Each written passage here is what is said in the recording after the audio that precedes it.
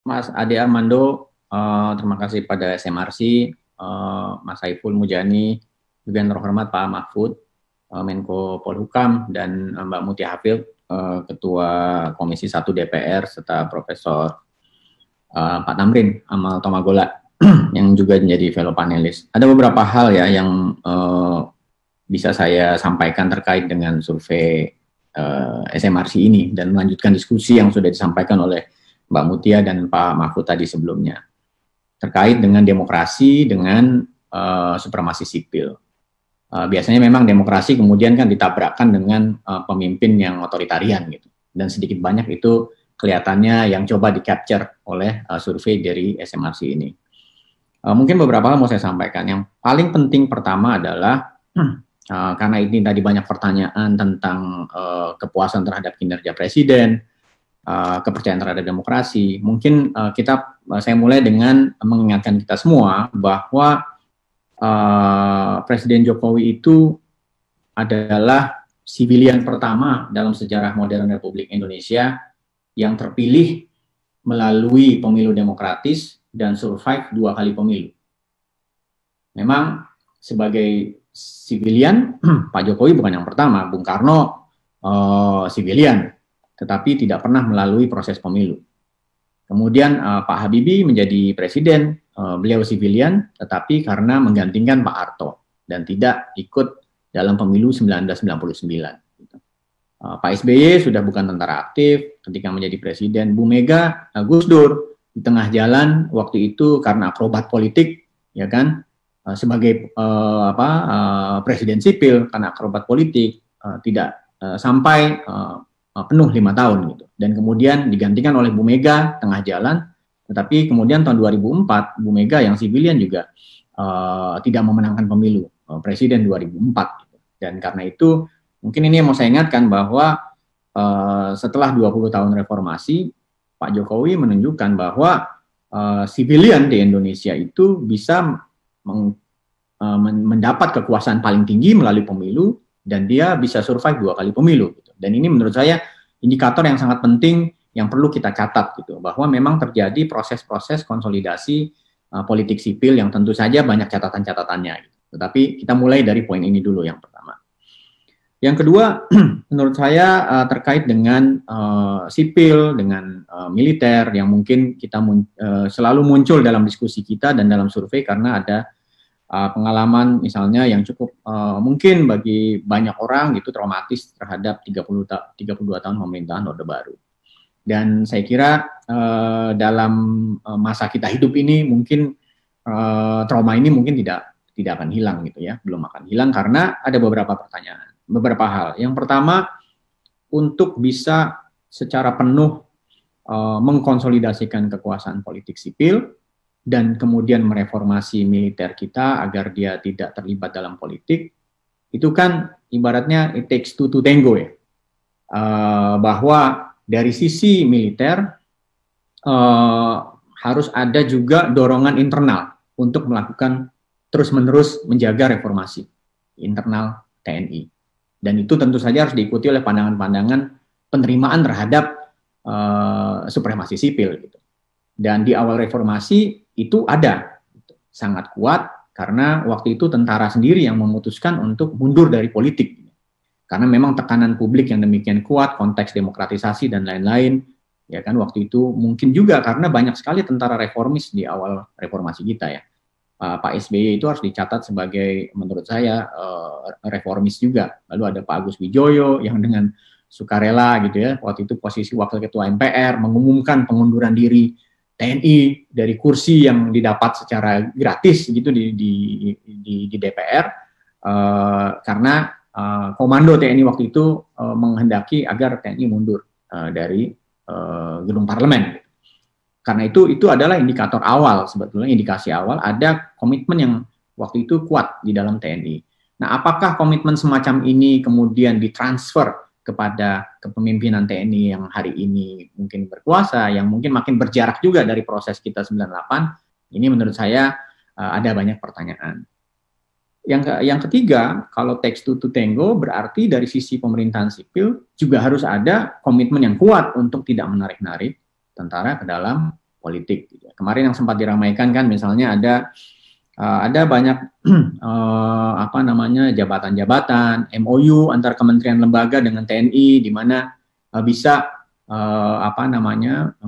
anggota militer dilibatkan dalam kerja-kerja di kementerian dan lembaga gitu.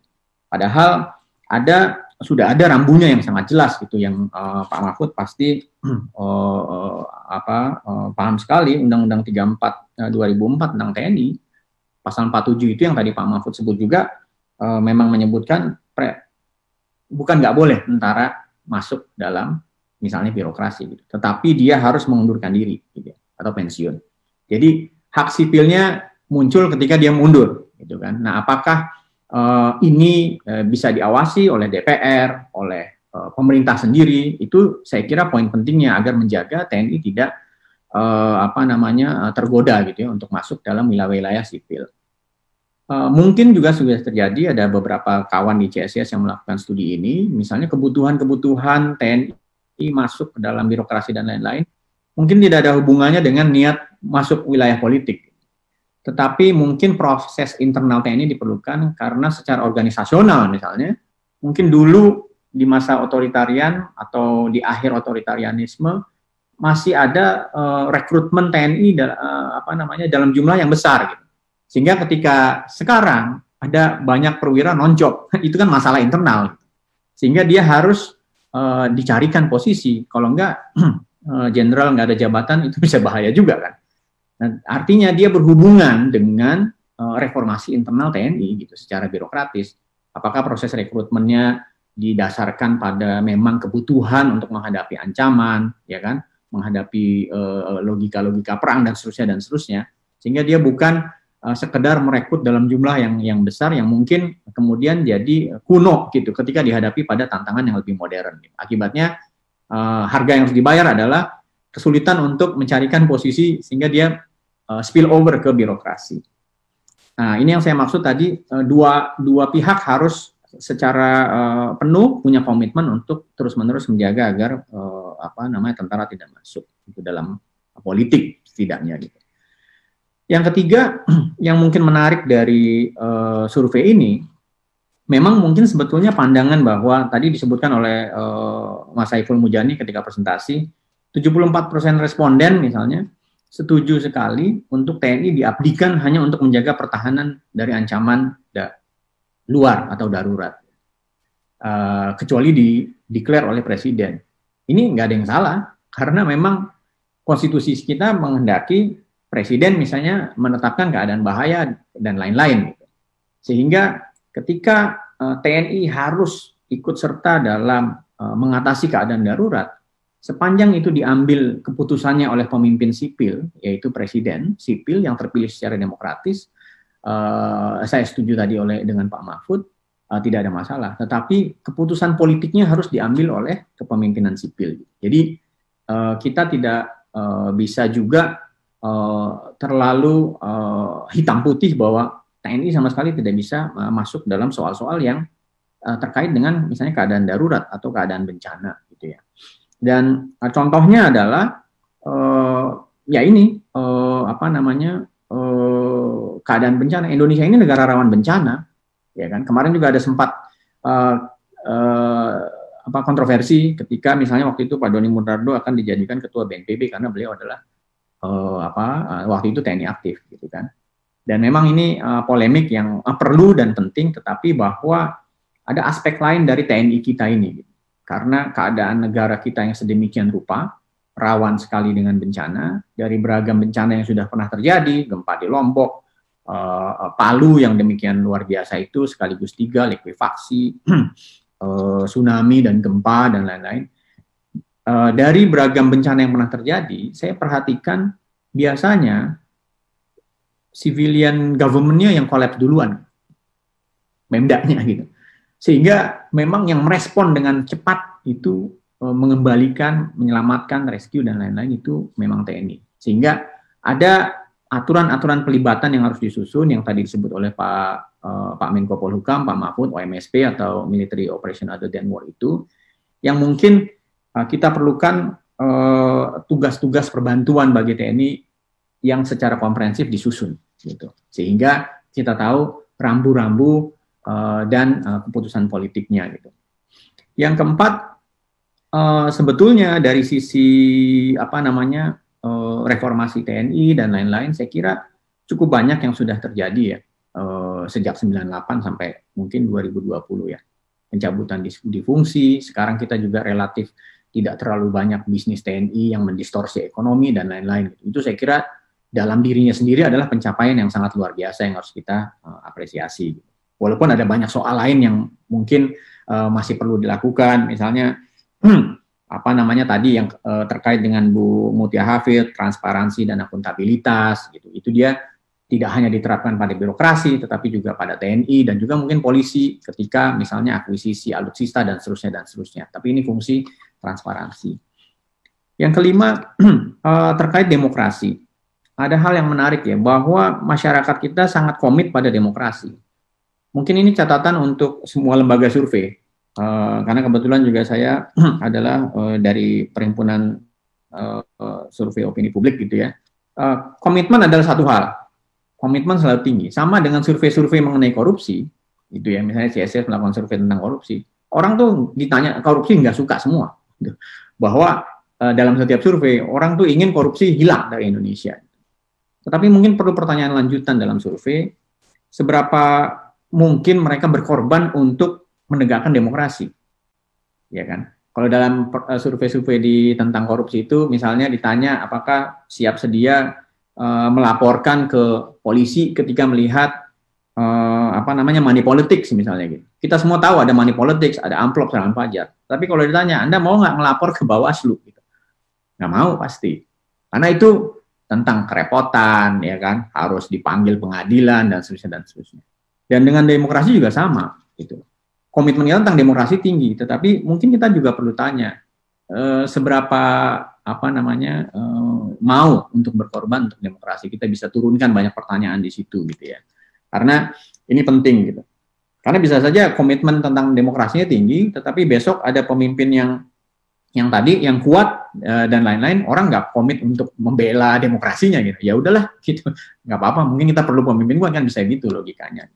Dan memang dari survei tadi kelihatan ada indikasi kecil yang disebutkan Pak Saiful Mujani, ada indikasi kecil persetujuan akan pemimpin yang kuat. Tadi saya lihat angkanya naik dari beberapa bulan gitu ya, dari 6%, lalu 6,3 sampai akhirnya survei terakhir 8,11% yang setuju gitu ya. Walaupun kenaikannya nggak banyak, tetapi bahwa dia meningkat ini satu catatan juga gitu. Dan memang mungkin ini adalah fungsi dari situasi krisis yang kita hadapi. Sepertinya biasa dalam setiap krisis gitu ya, apalagi krisis yang seperti sekarang, orang mungkin kemudian mengimajinasikan seorang pemimpin yang datang menyelesaikan semua soal seketika gitu. Tetapi saya kira ada beberapa catatan tentang pemimpin kuat ini. Karena yang menarik tadi dari paparannya Mas Saiful, kepuasan terhadap Presiden Jokowi tinggi, 67%. Dan angkanya identik dengan kepuasan terhadap demokrasi, 67% juga. Saya kira tadinya orang yang bilang puas sama Pak Jokowi, itu yang bilang puas terhadap demokrasi. Tetapi ternyata kayaknya bukan. Karena tadi ada tabel yang disampaikan Pak Saiful, koefisien korelasinya, Pearson's R-nya itu 0,365. Jadi mungkin nih orangnya beda nih, yang bilang kepuasan puas sama presiden sama puas sama demokrasi. Kalau orangnya sama, kayaknya R Pearson-nya harusnya 1, itu bukan 0,3, ya kan? Artinya apa? Artinya ada nuansa-nuansa juga. Bahkan di pendukungnya Pak Jokowi, ya kan, mungkin dia bisa bilang dia nggak puas sama demokrasi sebetulnya di survei gitu. Kalau ditelisik satu-satu mungkin kelihatan gitu. Tapi dari angkanya, koefisiennya kelihatan karena dia nggak korelasi full. Artinya ada nuansa, bisa aja orang yang puas sama Pak Jokowi nggak puas sama demokrasi. Atau bila yang puas sama demokrasi, dia nggak puas sama Pak Jokowi. Sehingga apa? Memang ini adalah pekerjaan terus-menerus gitu yang harus kita lakukan, karena kemudian memang kinerja tidak hanya presiden, tetapi kinerja struktur sipil politik itu menurut saya yang akan menjadi penting untuk menguatkan komitmen terhadap demokrasi. Nah, yang keenam, mungkin saya mau geser dikit diskusinya, karena lebih banyak aspek politik yang didiskusikan terkait TNI, terkait demokrasi. Tetapi mungkin saya juga mau ingatkan teman-teman, pandemi ini mengingatkan kita semua bahwa persoalan dunia hari ini dan persoalan Indonesia juga itu membutuhkan solusi-solusi teknokratik. Karena itu menurut saya sudah sunatullah, ya pakai bahasanya Bang Ade Armando nih. Sunatullah nggak bisa TNI yang take the lead, karena dia nggak didesain untuk menyelesaikan persoalan teknokratik. Ya kan? Jadi kemarin Pak Kasat ke BPOM, ya kan, untuk mendapatkan izin edar obat dan lain-lain. Menurut saya itu optiknya nggak bagus, dalam arti karena kita sedang menghadapi sesuatu yang teknokratik. BPOM adalah lembaga teknokratik, obat itu adalah soal teknokratik, mengatasi pandemi adalah soal teknokratik menurut saya, sehingga karena persoalan teknokratik membutuhkan solusi teknokratik. Dan makanya secara sunatullah, akibatnya sipil ini yang harus diperkuat. Karena masyarakat sipil itu spektrumnya ada yang dokter, ada yang ahli hukum, ada macam-macam gitu. Sementara TNI, alat-alat yang diberikan kewenangan untuk kekerasan, itu didesainnya memang untuk menggunakan kekerasan yang sama sekali bertolak belakang dengan persoalan yang kita hadapi. Saya mau ambil contoh misalnya negara seperti New Zealand. Selandia Baru itu belum lama ini mendiskusikan bagaimana mengubah force structure dari angkatan bersenjata dia. Karena apa? Buat mereka mungkin perang diduduki negara lain itu satu kemungkinan. Tetapi kemungkinan yang lebih besar yang mereka hitung-hitung sekarang adalah negara itu nggak akan survive karena climate change, ada di tengah Samudra Pasifik, air laut naik, negaranya terbenam. Juga New Zealand adalah negara yang rawan dengan bencana sama kayak kita, gunung api dan lain-lain. Sehingga dia mencoba memikirkan bagaimana force structure tentaranya didesain untuk menghadapi situasi bencana, ya kan? Jadi bukan cuma sekedar military operation other than war. Kalau ada kejadian bisa dikirim, gitu, bisa dilatih. Tetapi memang dia mendesain terhadap ancaman real yang dihadapi negara. Nah, kalau kita diskusi masih terus-menerus tentang peran politik TNI dan lain-lain, saya khawatir kita miss ancaman sesungguhnya yang dunia hari ini hadapi. Climate change itu ancaman serius, ya kan? Kebakaran hutan itu ancaman serius, dan kita sudah menderita sangat banyak terkait kebakaran hutan. Pandemi ini ancaman sangat serius. Mungkin dari situ TNI mengubah struktur, memperbanyak dokter, yang artinya melibatkan sivilian, memperkuat rumah sakit, dan seterusnya, sehingga dia nggak ngomong lagi soal politik, gitu. Tetapi bahwa ada tugas yang diberikan pada dia, tetap dalam koridor survival. Tadi Pak Mahfud menyebut dua hal, ancaman teritori dan ancaman ideologi yang kita hadapi. Kalau menurut saya ada satu lagi, ancaman teknokratik, gitu, ancaman global, yaitu ya climate change atau pandemi. Pandemi yang sekarang bukan hanya sekali terjadi menurut saya, masih akan ada pandemi-pandemi yang lain gitu, dan kita harus mempersiapkan diri. Karena persoalan semakin kompleks inilah, kelompok sipil harus terus-menerus mereformasi, bagaimana birokrasi bisa merespon suasana krisis. Hari ini kelihatannya kan birokrasi kita karena lama tidak didesain untuk situasi krisis, makanya mungkin muncul frustasi, misalnya bantuan ekonomi terlambat sampai, karena macam-macam lah soal-soal birokrasi yang dihadapi, karena memang tidak di-set untuk di switch dalam situasi krisis. Industri kita juga mungkin tidak di-set untuk situasi krisis. Di awal-awal kita kekurangan masker dan lain-lain, padahal industri tekstil kita banyak, yang harusnya dari awal sudah bisa bikin masker dan APD dan lain-lain gitu. Karena itu secara organisasi baik sipil maupun tentara dalam konteks demokrasi memang harus memperkuat gitu, sehingga ancaman teknokratisme yang kita hadapi sekarang ini menurut saya lebih konkret gitu. Ancaman teritori betul penting, ancaman ideologi penting, tapi kita harus tambahkan ancaman yang sifatnya teknokratik. Perubahan iklim, pandemi, mungkin juga terorisme yang sekarang dimungkinkan karena IT lebih mudah, mereka teroris ini lebih mudah berkoordinasi, ya kan, dan seterusnya, termasuk polisi.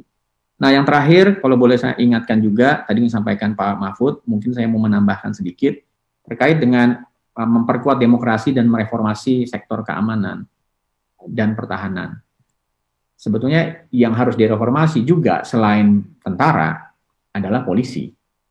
Ini mungkin teman-teman yang bergerak di reformasi sektor keamanan dulu lebih banyak bisa cerita soal ini. Kita betul-betul konsentrasi pada mereformasi TNI tahun 98, 99, 2000, bikin undang-undang TNI dan lain-lain. Ternyata kemudian reformasi polisinya agak ketinggalan.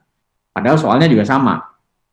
Ancaman keamanan kita itu juga makin teknokratis, cyber dan lain-lain gitu. Dan itu juga potensi abuse of power di situ gitu.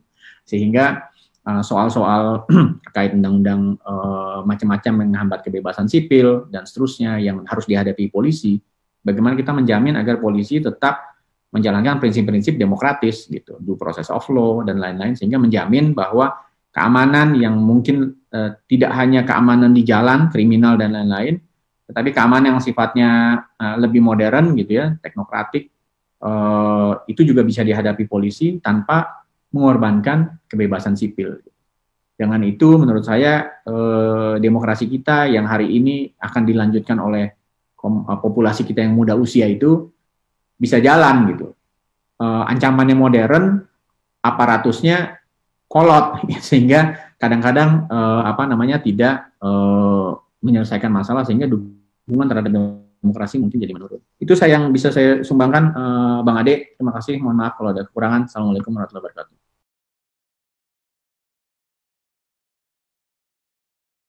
Kalau saya melihat itu sebagai bagian dari kebebasan berpendapat saja. Yeah. Tapi kalau dia bertransformasi menjadi usaha untuk menginterupsi proses pemilihan pergantian kekuasaan di tengah jalan, tentu itu tidak bisa diterima. Siap. Nah, kita kan demokrasi kalau diinterupsi itu lukanya lama. Kita dulu Gus Dur diturunkan itu lukanya sampai sekarang masih ada kan. Dan saya setuju dengan Pak Tamrin tadi, itu nggak boleh terjadi lagi. Dan prinsip demokrasi itu adalah pergantian kekuasaan hanya melalui cara damai, melalui pemilu. Itu menurut saya.